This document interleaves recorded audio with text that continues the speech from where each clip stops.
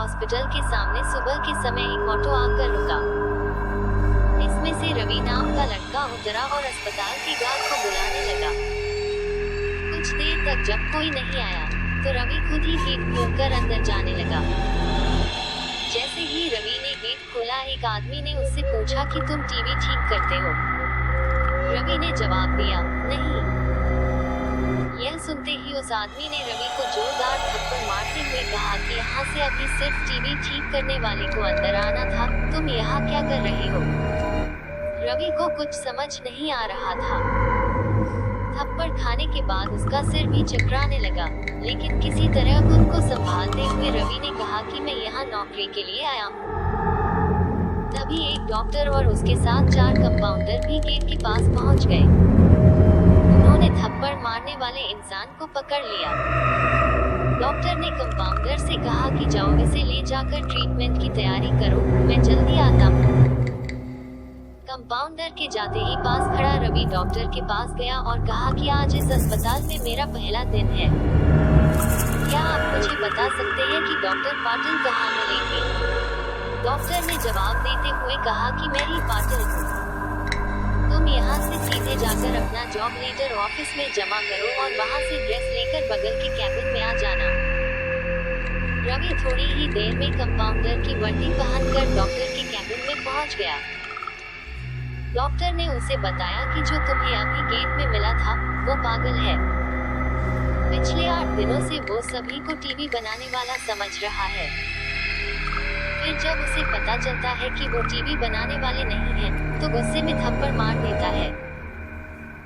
उसके बाद डॉक्टर ने अपने अस्पताल के रमाकांत कंपाउंडर को बुलाया और रवि का परिचय सबसे कराने के लिए कहा। रमाकांत ने कुछ ही देर में रवि से सबको मिलवा दिया और फिर उसे मरीजों के कमरे में ले गया। वहाँ हर कोई कुछ न कुछ अजीब हरकत कर रहा था।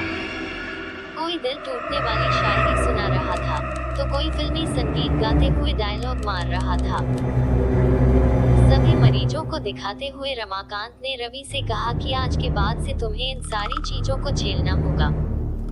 इतना कहकर रमाकांत वहां से चला गया। तभी रवि को पता चला कि उसकी नाइट ड्यूटी लगी है। दिन के समय आराम करने के बाद रवि रात को मरीजों की देखरेख में जुट गया। जैसे ही रात के 12 बजे तो सभी का चेहरा डर से पीला पड़ने लगा। हल्ला करने वाले मरीज भी चुपचाप से एक कोने में बैठ गए। यह सब देखकर रवि को बड़ा अजीब लगा। उस दिन नाइट ड्यूटी में मौजूद डॉक्टर से रवि ने पूछा कि आखिर ये सब क्या हो रहा है, सब लोग इतना डर क्यों रहे हैं? डॉक्टर ने जवाब दिया, इस अस्पताल में रात 12 बजे के बाद भूत घूमते हैं।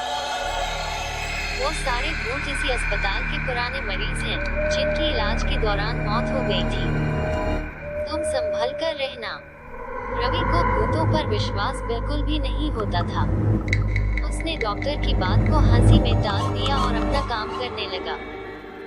उसी रात रवि अकेले बाथरूम जा रहा था। तभी उसे लगा कि कोई उसके पीछे है। मुड़कर देखने पर कोई नहीं दिखा।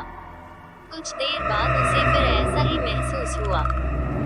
रवि ने सोचा कि भूत की बात उसके दिमाग में घूम रही होगी, इसलिए उसे वहम हो रहा है। बाथरूम करके जब रवि बाहर आ रहा था तो उसे शीशे में लिखा हुआ दिखा कि आज तुम पागल हो जाओगे। रवि को लगा कोई उसके साथ मजाक कर रहा है, इसलिए उसने इस बात पर गौर नहीं किया और अपने काम पर लग गया। कुछ देर बाद रवि को एक तेज चीख सुनाई दी। वो दौड़ते हुए आवाज की ओर गया। जैसे ही रवि वहां पहुंचा तो एक पागल ने दरवाजा अंदर से बंद कर दिया। इसी तरह से रवि से उस दरवाजे को खुलवाया। दरवाजा खुलते ही उस पागल ने रवि को हवा में उछालकर गिरा दिया। रवि इतनी जोर से गिरा कि उसकी पीठ में गहरी चोट लग गई। तभी एक जोर की हंसी रवि को सुनाई दी। वही पागल हंसते हुए बोला कि मैंने कहा था न कि आज तू पागल हो जाएगा। रवि ने गुस्से में झल्लाते हुए कहा, पागल आदमी तूने ये क्या किया? रुक, तुझे अभी बिजली का झटका देता हूँ। पागल ने जवाब दिया, अस्पताल में मिलने वाले बिजली के झटके से ही तो मेरी मौत हुई थी। अब तू क्या मुझे कोई शौक देगा?